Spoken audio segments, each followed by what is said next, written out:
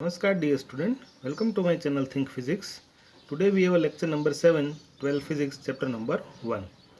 Lecture 6 में हमने dipole के बारे में बात किया था और डायपोल की वजह से दो अलग अलग इलेक्ट्रिक फील्ड के इक्वेशन में डिराइव किए थे। एक है वो डायपोल के एक्सिस के ऊपर और दूसरा है वो इक्वेटोरियल पॉइंट पे ऊपर, डायपोल की इक्वेटोरियल पॉइंट। आज जो हम पढ़ने वाले हो टॉर्क के बारे में पढ़ने वाले कि डायपोल के ऊपर जो टॉर्क लगता है इलेक्ट्रिक फील्ड की वजह से, राइट, वो कितना होता है उसका हम एक इक्वेशन डिराइव करेंगे। इंपॉर्टेंट पॉइंट है, कभी कभी आपके बोर्ड के एग्जाम में पूछा जाता है, राइट। सो आपका टॉपिक का नाम है torque on a dipole in uniform electric field. Uniform का मतलब आप समझते हो कि हर एक पॉइंट पे इलेक्ट्रिक फील्ड का जो स्ट्रेंथ है वो इक्वल होना चाहिए, right. So consider one electric dipole place in a uniform electric field E making an angle theta with it का मतलब का किसके साथ, वो इलेक्ट्रिक फील्ड के साथ डायपोल का जो डायपोल मोमेंट है वो थीटा एंगल पे रखा है। आप देख सकते हो, एक मैंने यहाँ पे फिगर दिया है, यू कैन सी दैट कि it has a dipole moment q is equal to p is equal to q into 2 ये मिलेगा आपको dipole moment, right, that is the magnitude. आपको यहाँ पे एक इलेक्ट्रिक फील्ड लेना है, वो यूनिफॉर्म होना चाहिए लाइक दैट। सपोज कि इक्वी स्पेस मैंने लाइन ड्रॉ कर दी है, that is your uniform electric field. और यहाँ पे दिख रहा होगा कि एक ऐसे मैंने एक डायपोल रखा है, right, that is your plus charge, that is your minus charge. अब इलेक्ट्रिक फील्ड है वो पॉजिटिव टू नेगेटिव रहता है। Electric field is always from positive charge to negative रहता है, राइट। तो आपको पता चल गया होगा कि अगर यहाँ पे पॉजिटिव की वजह से इलेक्ट्रिक फील्ड है तो नेगेटिव इस साइड अट्रैक्ट होगा, और ये जो पॉजिटिव चार्ज है वो यहाँ पे इस साइड अट्रैक्ट होगा। तो इसके ऊपर कुछ इलेक्ट्रोस्टैटिक फोर्स लगेगा और इसके ऊपर थोड़ा इलेक्ट्रोस्टैटिक फोर्स लगेगा। बट आप जानते हो डायपोल का जो चार्ज का मैग्नीट्यूड होता है इक्वल होता है, and this separated by 2a। तो मिडल पॉइंट से a डिस्टेंस इस साइड और a इस साइड। आप देख सकते हो कि यहाँ पे डायपोल है वो इलेक्ट्रिक फील्ड के साथ थीटा एंगल बना रही है, राइट। डायपोल मोमेंट कहाँ पे होगी, in this direction from negative to positive charge. So dipole moment p in this direction, vector p, right. यहाँ पे कितना फोर्स लगेगा, so in this direction towards right side plus q, जितना electrostatic force F is equal to q, हमारा equation है ना, उसकी तरह वजह से, राइट। सेम थिंग यहाँ पे इलेक्ट्रिक फील्ड की वजह से इन दिस डायरेक्शन, क्योंकि इस साइड खींचा चलाएगा, अट्रैक्ट इस साइड होगा इसलिए, राइट। बट देखा जाए तो this force and this force both are equal in magnitude and opposite in direction, right. तो एक्चुअल में क्या होता है इस, बट ये लाइन फोर्स नहीं है, आपको समझना है। तो यहाँ पे इक्वल मैग्नीट्यूड होने की वजह से, राइट, तो देखा जाए तो एक लाइन फोर्स नहीं है, इक्वल मैग्नीट्यूड होने की वजह से दोनों फोर्स कैंसिल तो हो जाएंगे, बट उसका जो डायरेक्शन है, लाइन ऑफ फोर्स है, वो कैंसिल नहीं हो सकता, राइट। तो यहाँ पे आप देख सकते हो कि in uniform electric field electric dipole experience no net force. क्यों? क्योंकि आपका टोटल फोर्स है वो जीरो हो जाता है, but non zero torque, torque है वो नॉन जीरो रहेगा। टॉर्क क्या होता है, तो इसको घुमाता है, रोटेट करवाता है, ऐसे घुमा देगा डायपोल को, राइट। क्योंकि ये फोर्स का लाइन इस साइड है, इस साइड, तो मतलब ये इस साइड लगेगा और ये इस साइड लगेगा, तो ये पूरा है वो घूम जाएगा, सिस्टम है वो पूरा आपका, right. So there is no linear acceleration is produced due to this force, right. तो यहाँ पे कोई भी एक्सेलरेशन, मतलब ये डायपोल है वो कोई आगे की तरफ मूव नहीं करेगी, राइट। सो यहाँ पे q and minus q are acting plus q and minus q charge respectively, and this force are equal and opposite in direction, आपको पहले भी बताया था। Hence there is the translating force on a dipole, net translating force on a dipole in uniform electric field is zero. आपको जो net force मिलता है वो जीरो मिलता है, but two forces have a different line of action. आपको पहले भी बताया कि इन दोनों फोर्स का जो लाइन ऑफ एक्शन है, आप देख सकते हो अगेन फिगर में कि एक का जो लाइन ऑफ है फोर्स है वो इस लाइन में है और दूसरा है वो इस लाइन में, तो you have a different line of forces. तो आपको उसकी वजह से यहाँ पे डायपोल है वो टॉर्क एक्सपीरियंस करती है, और इसकी इक्वेशन के बारे में हम बात करेंगे, राइट। सो यहाँ पे हम दोनों चार्ज की वजह से, दोनों फोर्स की वजह से कितना टॉर्क लगता है, दोनों अलग अलग बात करें। So suppose the torque acting on plus Q with respect to point O due to QE force, right? So tau is equal to what is that, the distance multiply with the force। आपको पता होगा perpendicular distance multiply with the force होता है, so that is your A multiply with QE, right? Something like tau is equal to R cross F। आप पढ़ चुके हो कि torque tau is equal to R cross F, आपने पता होगा in 11th standard, right? Same thing यहाँ पे वही है, इस टाइप का ही एक फॉर्म है। Now see what is that, the similarly the torque acting on the negative charge with respect to point O due to the force minus QE, वो कौन सा मिलेगा, so that is your tau 2, that is your tau। Torque को tau से define किया जाता है। सो आपको पता होगा कि फिगर में आपने देखा होगा कि नेगेटिव साइड है जीरो की, O की इस साइड, तो minus A cross minus Q, ये नेगेटिव फोर्स होगा, क्योंकि आपका पता है नेगेटिव चार्ज पे फोर्स लगता है, right. So that is your this negative and this negative it becomes positive, cross product है, right. So tau 2 is equal to Q cross P, right. Now a and minus a are the position vector of the plus q and minus q respectively, आपको याद रखना है थोड़ा। The resulting torque कितना होगा, तो दोनों का एडिशन कर दो, tau is equal to tau 1 plus tau 2, right. दोनों का अगर हम वैल्यू रख दे तो you will get the 2 times, दोनों वैल्यू सेम ही है, तो 2 times a into, right. But आपने यहाँ पे देखा होगा क्यू इंटू 2 ए, ये आपका है वो डायपोल मोमेंट में कन्वर्ट हो जाता है, थोड़ा रीअरेंज कर दो तो Q into 2 A that is your dipole moment. तो डायपोल मोमेंट की वजह से यहाँ पे ये कन्वर्ट हो जाता है पी क्रॉस आई, राइट। सो आपको पता है यहाँ पे चल गया होगा कि P cross E that is your P is your dipole moment and E is your electric field. So tau P and E this all are perpendicular to each other हो जाएगा अगर मैक्सिमम टॉर्क आपको चाहिए, right.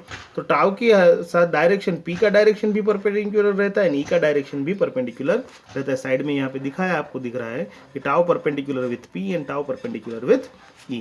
And the magnitude of this torque is given by this equation. What is that? The magnitude of torque is tau is equal to P sin theta. आपको पता होगा cross product हो sign में convert होता है, right. यहाँ पे torque का जो डायरेक्शन है वो कौन सी डायरेक्शन में होगा, जो आपको आगे फिगर दिखा है उसमें। So the direction of torque is perpendicular to the paper, right. ये पेपर से परपेंडिकुलर होगा गोइंग इनसाइड ऑफ इट, तो अंदर की तरफ मतलब इनसाइड द पेपर की साइड वो फोर्स रहेगा। एक दूसरा भी मेथड है according to your 11th standard, यहाँ पे साइड में मैंने बताया है second method. Suppose according to your 11th standard the torque is nothing but what is that, that is the either force, मतलब एक फोर्स लेना पड़ेगा multiply with the perpendicular distance between the two charges. ये either force मतलब यहाँ magnitude की बात हो रही है। सो यहाँ पे हम वैल्यू रखें, what is your either force, that is your QE multiply with the perpendicular distance, आप देखो तो 2a sin थीटा होता है, राइट। आगे के फिगर में अगर आप परपेंडिकुलर डिस्टेंस लो तो you will get the 2a sin theta, क्योंकि आपको पता होगा कि वहाँ पे आपको what is that the angle बनता है थीटा, एंड थीटा के अकॉर्डिंग आप उसका एक साइड का वैल्यू ले सकते हो perpendicular distance from the line of force. Now see tau is equal to what is that the Q into 2 या फॉर्म बना दो, so you will get the Q into 2 into E sin theta. So tau is equal to this Q into 2A, that is your dipole moment P. So it becomes P sin theta, right? Now you can see that what is that the PA sin theta अगर होगा तो according to vector notation कि ये cross product होना चाहिए, right? So अगर यहाँ पे cos आता तो वो डॉट प्रोडक्ट होता, right? So tau is equal to P cross E, so that is your second method, right? सो बच्चों आपने देखा होगा कि टॉर्क जो रोटेट करता है डायपोल को in such a way that the angle theta is reduces. आपने देखा होगा कि tau is equal to P sine theta है, राइट। और आपने फिगर में अगर देखा होगा तो थीटा वो रिड्यूस होता जाता है, उस तरह वो उसको रोटेट करता है, मतलब rotate in clockwise direction in our figure. आगे जो आपको फिगर दिखा है उसकी बात मैं कर रहा हूँ, right. And when the dipole aligning itself along the direction of the electric field, आपको पता होगा कि सपोज ये आपका इलेक्ट्रिक फील्ड था वहाँ पे, राइट, और ये डायपोल था, तो इस तरफ जाता था, ये इस तरफ जाता था। एक टाइम ऐसा आएगा ये घूम के ऐसे अलाइन हो जाएगा in the direction of electric field, that is your electric field and that is your dipole.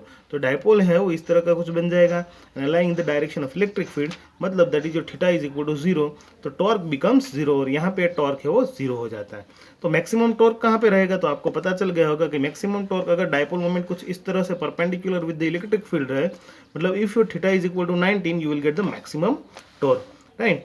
So this is the normal position of the dipole in electric field. कौन सी नॉर्मल पोजीशन होती है, जब torque 0 होता है वो, मतलब when the dipole moment is parallel with the electric field, that is your normal position of dipole in electric field. Uniform electric field की मैं बात कर रहा हूँ यहाँ पे।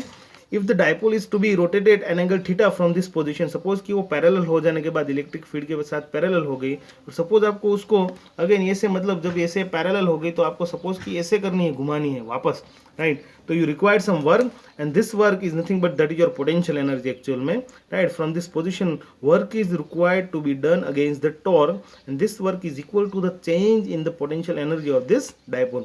वैसे पोटेंशियल एनर्जी के बारे में हम डिटेल में पढ़ने वाले हैं, राइट, नेक्स्ट चैप्टर में, और आप 11th में भी थोड़ा बहुत पढ़ चुके हो कि वर्क कब होता है, जब आपको पता है कि जब फोर्स लगा और कुछ वो परपेंडिकुलर डिस्टेंस या तो फिर कोई भी वो डिस्टेंस या डिस्प्लेसमेंट करें तभी आपको वर्क मिलता है, राइट। डिस्टेंस तो नहीं होता है, बेसिकली डिस्प्लेसमेंट ही लेते हैं, but unit wise both are equal. Now see the torque on the dipole will be maximum when the dipole is held perpendicular to, ये आपको पहले भी बता चुका हूँ, मतलब tau max is equal to P sine 90 and sine 90 becomes 1, so you will get the tau max is equal to P. Now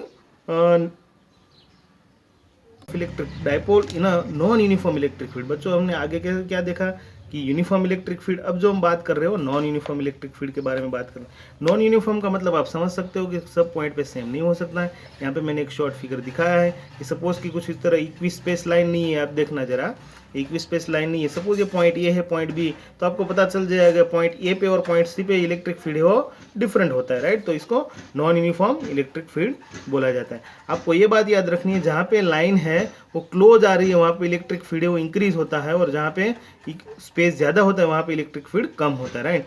तो यहाँ पे आप देख सकते हो, जैसे if you are going from left to right you will your electric field is increasing, right. तो बात याद रखनी है। अब देखा जाए तो if the electric field is non uniform, so the intensity of the electric field will be different at different point, as in the result the electric force acting on the plus q and minus q of the dipole will also be different। आपको पता चल गया होगा, अगर uniform है तो दोनों में फोर्स सेम लगता है, बट अगर ये नॉन यूनिफॉर्म इलेक्ट्रिक फील्ड है तो दोनों चार्ज पे जो हमने डायपोल, सपोज कि यहाँ पे हम डायपोल रखे, तो यहाँ पे डायपोल में सपोज यहाँ पे मैंने रख दिया, तो इस पॉइंट पे और इस पॉइंट पे इलेक्ट्रिक फील्ड डिफरेंट होगा, तो यहाँ पे फोर्स भी यहाँ पे डिफरेंट एक्सपीरियंस होगा।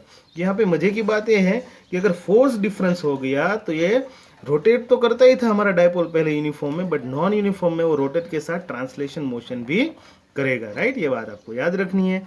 इन this situation both the net force and torque are acting on the dipole. यहाँ उसमें क्या था, नेट फोर्स से वो जीरो हो जाता था, इसमें जीरो नहीं होगा। As a result dipole experience a linear displacement in addition with the rotation, rotation भी करेगा और लीनियर डिस्प्लेसमेंट भी करेगा। डिस्प्लेसमेंट कौन सी डायरेक्शन करेगा, सीधी सी बात है, रिजल्टेंट फोर्स जो आपको आएगा दोनों ऐड या सब्ट्रैक्ट होके, जो जिस डायरेक्शन में रिजल्टेंट फोर्स ज्यादा आएगा उस डायरेक्शन में वो ट्रांसलेटिंग मोशन करेगा, राइट, मतलब एक्सेलरेट मोशन करेगा।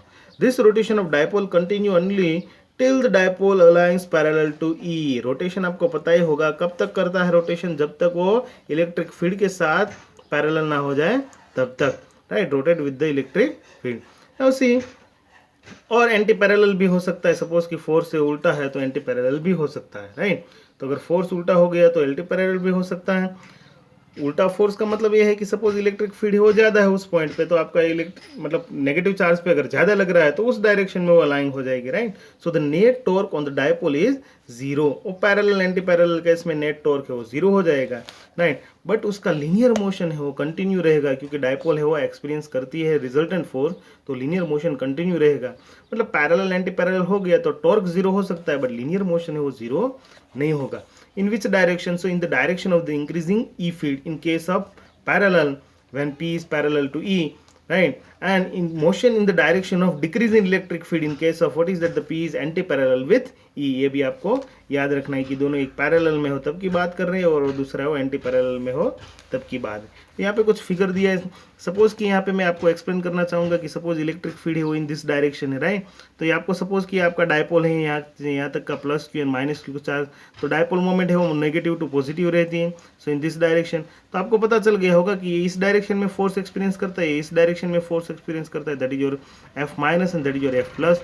सो what is your resultant force? So we know that अगर इंक्रीजिंग ये डायरेक्शन है तो आपका resultant force is also in this direction, so same is the direction in of dipole moment, right? So that is your E parallel to P, then resultant force मतलब linear motion in the direction of electric field, right? Now next is that suppose कि आपका dipole उल्टा है, right, so we know that the electric field in this direction, but आपका जो positive negative है, positive charge इस side है, negative charge is your dipole moment in this direction पे।